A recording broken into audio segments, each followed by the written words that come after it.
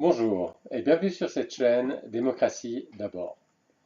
Dans une autre vidéo, j'ai parlé du système en vigueur en Suisse, avec d'une part la démocratie directe, donc le droit de référendum et le droit d'initiative, par lequel le peuple prend directement des décisions sur des sujets, et d'autre part la démocratie indirecte, donc l'élection de représentants pour gouverner ou bien pour siéger au Parlement. Cette démocratie et cette composante indirecte étant nécessaire parce que le peuple n'a pas le temps de prendre lui-même toutes les décisions. Et on pourrait croire que il y a juste donc ces deux composantes, la composante directe et indirecte, simplement cohabitent l'une à côté de l'autre, qu'il y a une sorte de démocratie directe plaquée simplement sur la composante indirecte. Mais en réalité, c'est pas comme ça. La démocratie directe a une grosse influence sur le fonctionnement de la partie indirecte, c'est-à-dire sur le fonctionnement, la dynamique au niveau des élus et du gouvernement. Alors la première différence, le premier impact de cette démocratie directe sur les élus, c'est le fait qu'ils vont être beaucoup mieux connectés à la population, aux citoyennes et aux citoyens, que dans un pays qui n'est pas une démocratie. Parce qu'ils savent que chacune de leurs grandes décisions va être soumise en votation populaire et peut être donc rejetée par le peuple. Donc ils ont tout intérêt à rester bien connectés euh, aux citoyennes et aux citoyens. Bien sûr, il ne faut pas idéaliser non plus. Même en Suisse, il y a une certaine déconnexion entre les élus et les citoyennes et citoyens, mais ils sont mieux connectés que dans d'autres pays. Le deuxième point, c'est que, indépendamment de cette connexion, disons, personnelle des élus au peuple, il y a il y a des systèmes, disons, institutionnels de consultation. Et là, bon, il y a évidemment les votations sur des sujets où le peuple prend des décisions. Mais avant ça, il y a déjà des consultations, disons, pas informelles parce qu'elles sont en fait assez formalisées, mais disons des consultations juste pour connaître l'avis à un stade préliminaire. Euh, je vais vous donner un exemple. C'est, par exemple, le Conseil fédéral, quand il veut envoyer un projet par exemple, un projet de modification de loi au Parlement. Donc le Conseil fédéral, c'est l'exécutif au niveau fédéral en Suisse.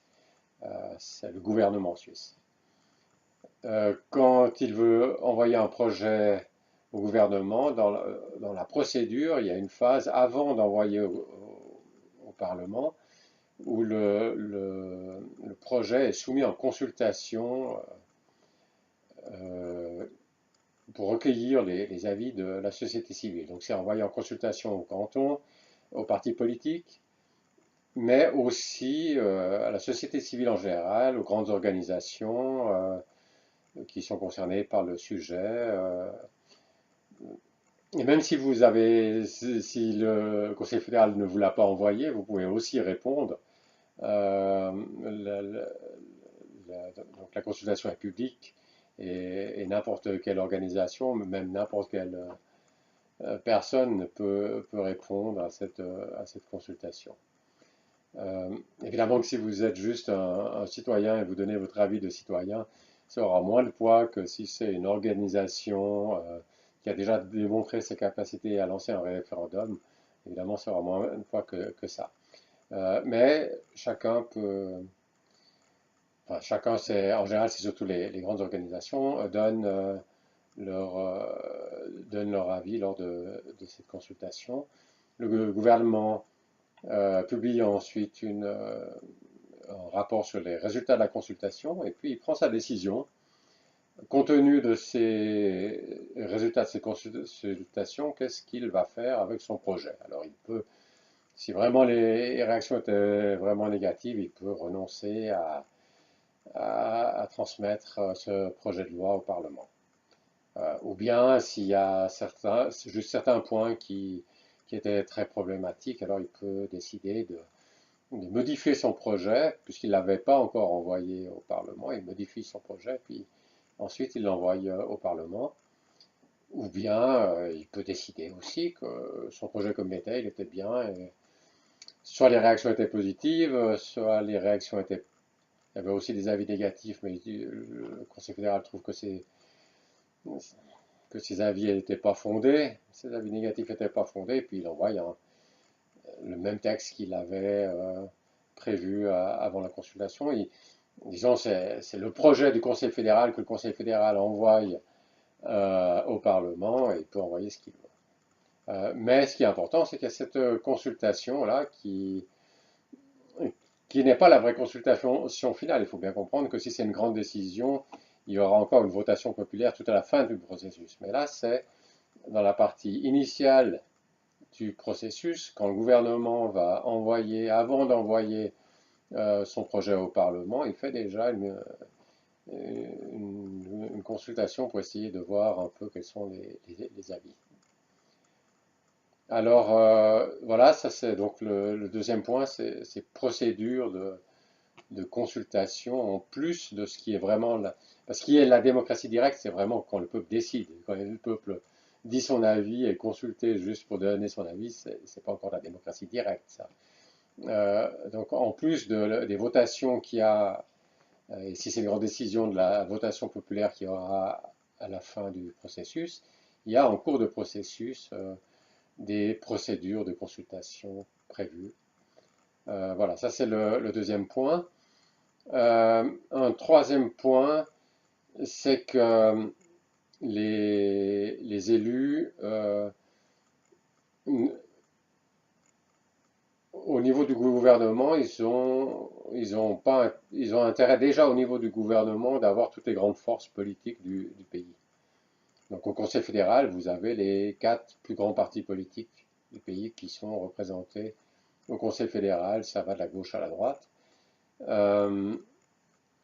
Et ça se comprend parce que comme le peuple peut poser son veto sur les décisions, les grandes décisions du Conseil fédéral, autant dès le début avoir toutes les grandes forces politiques du pays qui discutent dès le début du projet pour essayer de faire un projet qui ait une bonne chance d'avoir une majorité des votes. Donc voilà, ça change aussi donc dans la forme de gouvernement. Ce sera plus des gouvernements d'union nationale qu'on pourrait appeler ou qu'on appellerait ailleurs d'union nationale, mais là c'est simplement des gouvernements dont la structure reflète les grandes forces politiques du pays.